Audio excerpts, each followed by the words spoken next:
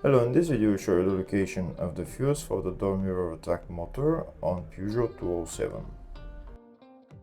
Before I show you the location of the fuses, first I'll show you the location of the main fuse boxes on this Peugeot 207. There is one main fuse box in the engine bay area. It's located right there. This is the engine bay fuse box. There are also a couple of other fuses around the battery. The other main fuse box is the fascia fuse box. It's located right there behind this plastic panel, just underneath the steering wheel. To take out the plastic panel, you put your finger in there and you just pull it out. This is the OBD right there, and here are the fuses for the fascia fuse box.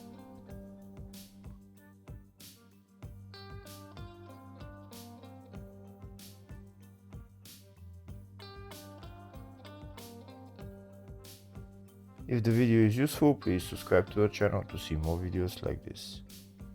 In the description of the video, I have links to tools that I recommend for doing jobs like this.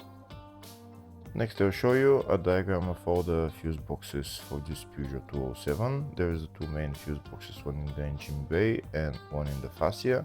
And then there is two other engine bay fuse boxes, they are little ones around the battery.